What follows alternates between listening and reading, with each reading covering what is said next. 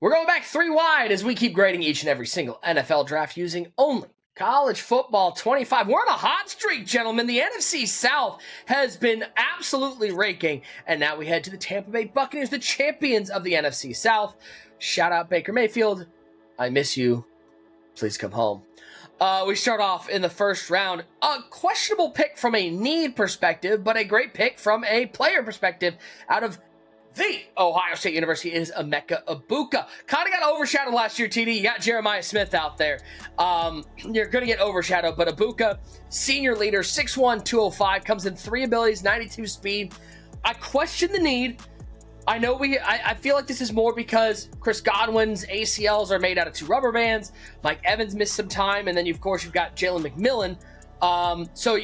Where does Egbuka play this year? Are you really going to bench one of those guys for a rookie wide receiver? But take a look at him. I mean, he brings all the senior leadership, 92 speed, 93 agility, 93 excel, 98 awareness. It's a really nice pick for Baker Mayfield. Yeah, it is. And like you said, I was confused on this. We got Godwin there, they're both slot receivers. But I think Emeka Egbuka is too good. You can't keep him off the field, so I don't know how they do this. Maybe get Godwin to line up on the edge a little bit, and you can maybe even go 4 receiver sets though, right? Their tight ends kind of in a situation. Baker Mayfield can rip it with 4 receivers, so yeah. It's a questionable pick, but he's a stud based on the game. What's interesting about him is you talk about Evans and Godwin, both deep ball. They're really good down the field. Jalen McMillan is speed guy, really good in the slot. Emeka Egbuka is unlike any of those guys. This is a guy kind of plays that Ladd McConkey style, the Travis Kelce, where you're great at finding holes in the zone. Well, again, obviously watched him at Ohio State a lot. This is a guy who was great at recognizing zone coverage and finding those sideline routes. And usually you look at the abilities with Gold Press Pro, with Gold Cutter. This is going to be somebody who gets open very easily and does bring a different dynamic to this Bucs offense. Yeah, and see, one thing what y'all doing is, you're looking at how these pieces fit with the Buccaneers. Me being a Panthers fan, I don't care how he fits in. At the end of the day, he is still a good pick. 93 overall, 92 speed, 6'1". Let's talk about the player here.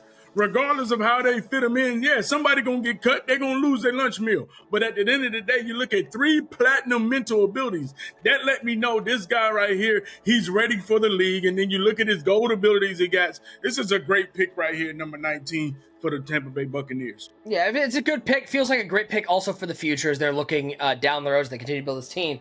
And we talk about a great pick. User, I did not accidentally stay at the top of this list. This is their second round. 21st in the second round, by the way. So a late second round pick. They pick up Benjamin Morrison out of Notre Dame. 6 foot, 190, 2 platinum abilities. Platinum jammer, platinum blanket coverage. You want to know what that means, User? That means they put you in a blender. You're not going anywhere when he's on the other side. Then he has a gold knockout. You already know the best ability when it comes to that secondary. 93 overall, 94 speed, 6 feet. You love his height. You love the abilities that he has.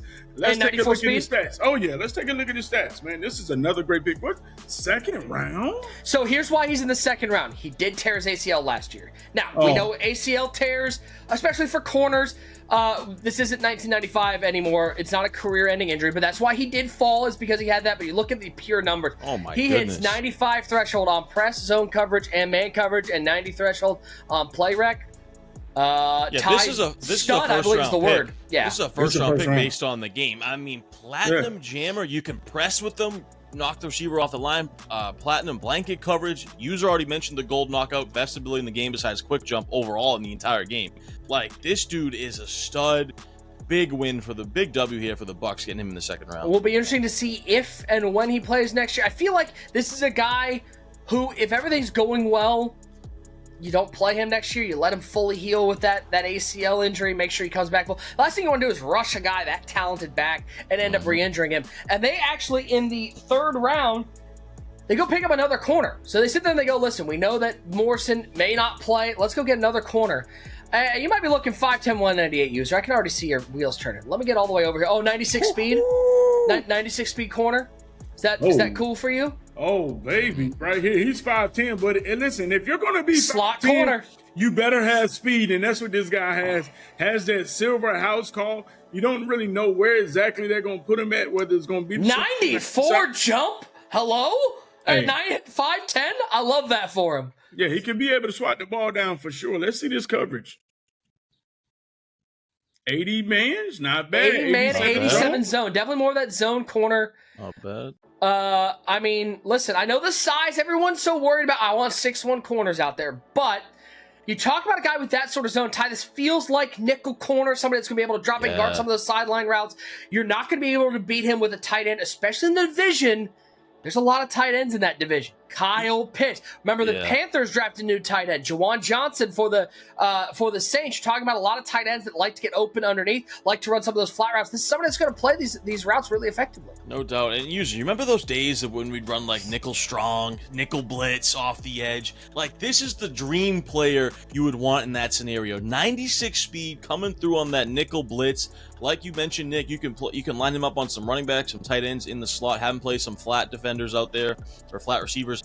This is a great pick here. I mean, 96 speed, a little undersized, like we said, but for the third round, I think he can come in and contribute right away. One thing I like about that 96 speed, by the way, he ran the fourth fastest 40 at the combine out of cornerbacks, 4.35 40. One thing I love about having that sort of speed tie and what Todd Bowles likes to do, if you do get aggressive defensively, you run a lot of press coverage, you get beat, you have that speed to make up the distance. So even if you're out there, I mean, he wants to be physical, wants to get your hands on receivers. Even if you get beat, he's got the speed to recover. For a team that was like bottom 5 in interceptions last year, like this is a team that did not force a lot of turnovers in the pass game. I feel like if they get Morrison back healthy, this pass defense looks a lot better. Yeah, and they got Jamel Dean still out there at corner too, another fast guy who's played pretty well over his career. And like you mentioned, Todd Bowles, he loves to send the heat, send the goons on defense. You need a guy that can recover. So fourth round pick, we're going to have one of those situations where we just don't have him in the game. It's David Walker out of Central Arkansas, as has been the case since we've done this. Just doesn't affect your grade, but they pick up a edge rusher in David Walker. So we got to go to the fifth round. They pick up another edge rusher. There's a lot of stacking players at this point. They go and pick up Elijah Roberts, TD, 6'4", 295 power rusher. 89 overall in the fifth round. We love to see that. Let's get over here and check out the speed. What's the speed? 79. 79. He's a power rusher. Okay, 295. Okay. So he can definitely play on inside at 295. He's got a couple of abilities, including that gold pocket disruptor. Let's take a look at the pass rush to see how. 95 power move. Yeah, 95 power move in the fifth round, TD. Ooh, man. Yeah, this is a great we're fine. pick. And even 87 finesse. Like, that's crazy. 88 block shed. This is one of those other picks where you can line him up everywhere. I feel like you can put him at D tackle. He's 295. You can line him up for some snaps in there. Obviously, play him at DN. And if he gets his speed up a little bit there, I think you can play him outside linebacker on the edge, too. Like, this is another phenomenal pick in the fifth round, too. Like, this is like a second, third round pick, and they got him in the fifth round. This is amazing. At 89 overall user. Let me give you these stats before you react to this. 2 seasons at SMU, 23.5 TFLs, 17.5 sacks.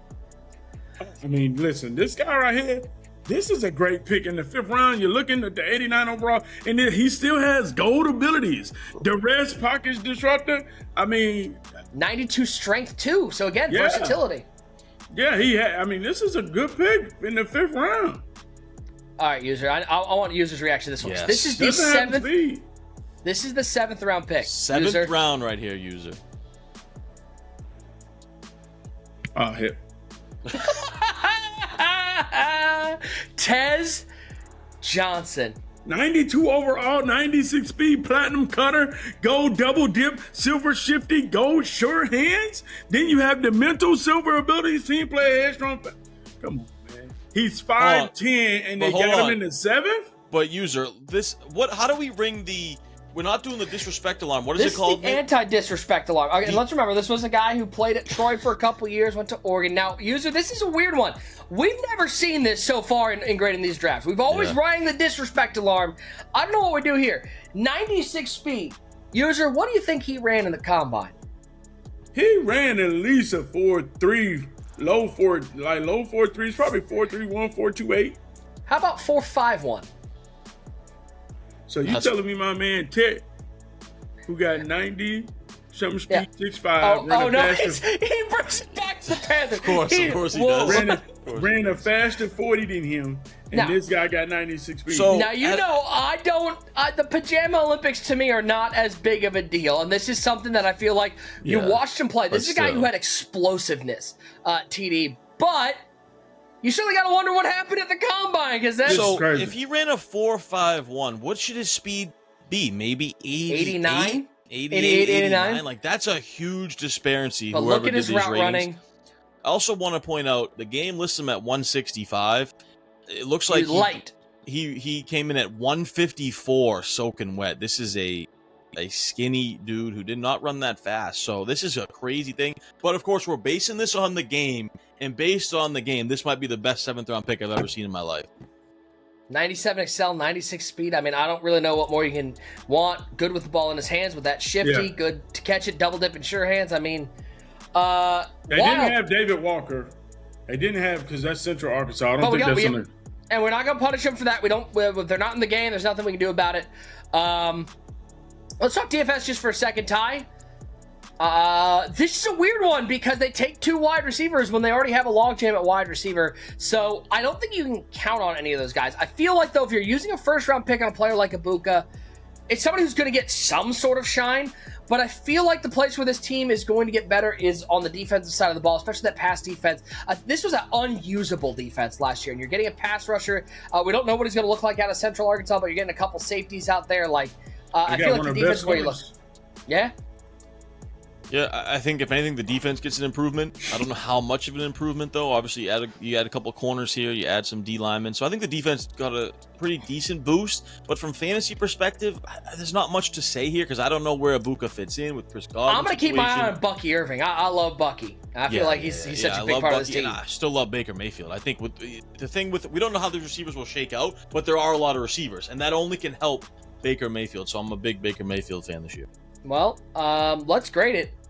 Dare I say, this is another A to me. Only 5 picks that we can grade, and they knocked every single one out of the park. You're talking about maybe the best, one of the best corner prospects we've seen in Morrison in the 2nd round. You're talking about one of the best wide receiver prospects based on the game in the 7th round. I mean, tell me where the flaw is. Yeah, the lowest rated guy they had was 89. 89, Elijah Roberts. You know, I mean, yeah, I don't think it's a Panthers or a Falcons A+, but I think it's A-. I think it's an A, but I think if you're just looking at the players, it's an A. They might not fit their team or their scheme well, but let's just look at the players. That's how I rate it. Yeah. The players are A. If you look at it, the overall ratings, the speed, the height, the abilities, overall, they got to give them an A. Now, whether these players fit that team or not, it's like, you can add pieces. Hold on. You gave the Panthers an A, not an A+. So do you think this is the same as the Panthers?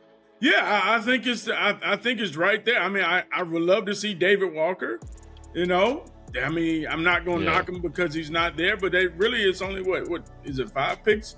4 picks? Yeah, it's 5 picks. I mean, again, this is very similar to the Falcons draft we just did. When you're only picking 5 picks, it's kind of hard not to. And you knock them all out of the park. Yeah, you knock them all out of the park. Now, the Panthers. Let's be clear. If one of these picks was an 81 overall, you're immediately in the B because you have no cushion. There's no room. You only had 5 picks, but they really knocked all of them out of the park. You end up with insane 7th round value with Tez Johnson. I mean.